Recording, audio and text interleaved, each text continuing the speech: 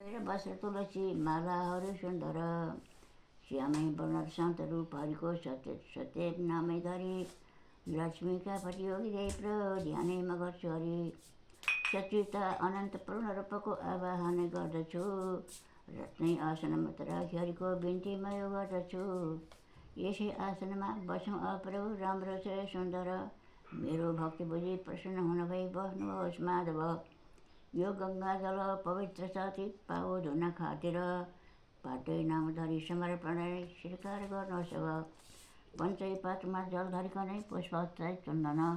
अर्घै माट मिलाई अर्पण गरे खुसी भई मनमन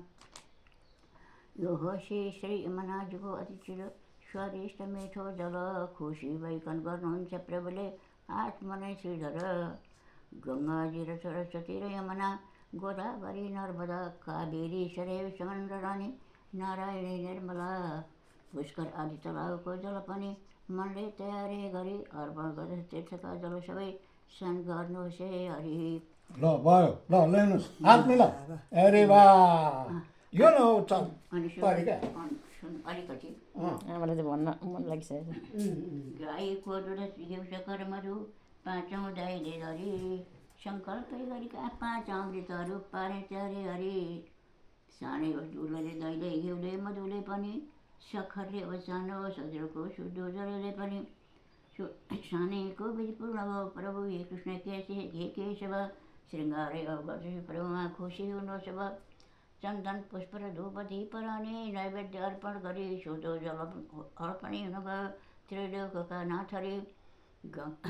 वस्त्रै अर्पण गर्दछु प्रभुमा पिताम्बरे रेशमी नाना रत्न जडित वस्त्रले चम्किरहेकै पनि अर्पण गर्दछु मै सुगन्धी सहित श्रीखण्डको चन्दन दिव्य चन्दनको लेपन गरी खुसी भए मनमन नौडोरा अनि देवता पनि नभए वर्णै पहेँलो गरी ब्रह्मा विष्णुले विधितै ग्रन्थि बनायो अरे सावित्री मन्त्रणा गर्ने यज्ञ नाम धरी यस्तो रमित नै लगाउनुहोस् खुसी मनैले गरी अर्पण गर्दछु मन्जरी तुलसीका मालाहरू सुन्दर पत्रै अर्पण गर्दछु प्रभुमा मनभित्रकै मन्दिर यहाँ मन्दिर छ मनभित्रकै मन्दिर माला रमी जयन्ती र सीता हजारौँ थरी अर्पण गर्दछु ब्रह्मरूपारीमा खुसी भई हरघडी पुष्पै सुन्दर छन् अनेक तरहका सेता पाइलाहरू अर्पण गर्छु ब्रह्मरूपारीमा वृणन्त काँच गरु तुलेका अक्षता समर्पण गरी धूपै म दिन्छु अब अष्टैरमी सुगन्धी धूप सहस्र छिर्कारोस् केशव पाँचौँ सुत मिलेर बत्ती बन्यो घिउले बिजायो हरि बत्ती बारी प्रकाश पारी प्रभुमै अर्पण गरे हरि रत्नै सचिद चाँदीकार कृष्णका अर्पण गरे हरि रत्नै सचिद चाँदीकार कृष्णका थालीमा खिर्दरे लड्डु आदि मिठाईको पन्थरी अर्पण म गर्छु हरि मनले कल्पित चाँदीका बटुकीमा किसमिस काजु पनि ओखरका गुदीलाई मन झरेर अर्पण म गर्छु अनि गाईका दुधमा पति तुलसी चिनी लगाइकन अर्पण गर्छु ब्रह्मरूप हरिमा खुसी भई मनमा यो मिश्री अति लम्बी लाग्छ प्रभुजी यसमा पनि मन्जरी राखेको यसमा श्याम तुलसी यो खान नै हो अरे नाना खाद्य पदार्थ भक्तिसितले चारौँ तर्फमा धरी हात जोडिकन बिन्ती गर्दछु स्वीकार होस् अरे नासपाती नरिबाट आँप कदली मेवा अम्बाहरू सन्तोला कटहर दालिमानी सम्पूर्ण फलमूलहरू अङ्गुर स्याउर जामुन कटहर सरी सधैँ फल हेत्रै लोके पते सन्ने मनले स्वीकार गर्नुहोस् हे लक्ष्मीपति सबै आत्मा रूपी हरि फलमूलै जति छन् अनेक तरहका सम्पूर्ण जम्मा गरी मनभित्र कल्पना गरेका एक एक पदार्थ सब स्वीकार गर्नुहोस् अनन्त भगवान् हे कृष्ण हे केशव बस बस भयो अब मेरो पूजा सक्छु पूजा गरेको पूजा पुरा गर्नुपर्छ अनि बल्ल बल्ल भेट्नुभएको भोट सुनाउने मान्छे अनि धुल छाता पनि कृष्ण ठुला कुण्डला कानिका ककनका बिर्सिन्छु हेरा मोती रत्नले जोडिएको मुकुट छ ढल्कने झुल छाता पनि रत्नले सजिएको सेतो चमर सुन्दर चाँदीका खराब लाउनुहोस् खुसी भए केशव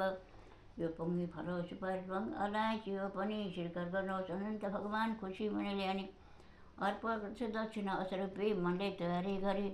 स्वीकार गर्नुहोस् अनन्त भगवान् खुसी भए अगाडि आरती गर्न बाँकी छ प्रभुजी गर्छु म खुसी भए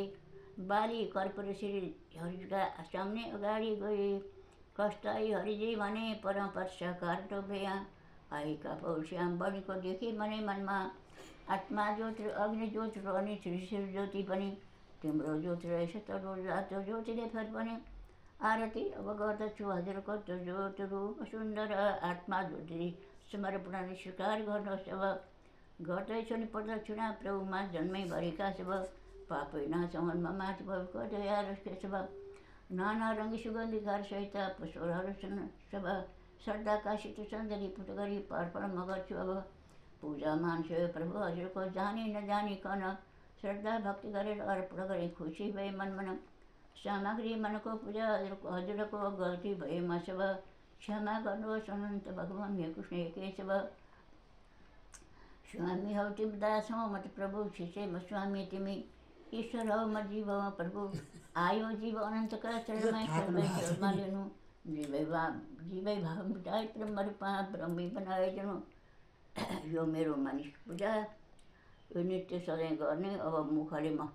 यस्तो चाहिँ सरल मात्रै सुनाएँ म सक्दिनँ मनले गर्छु मनले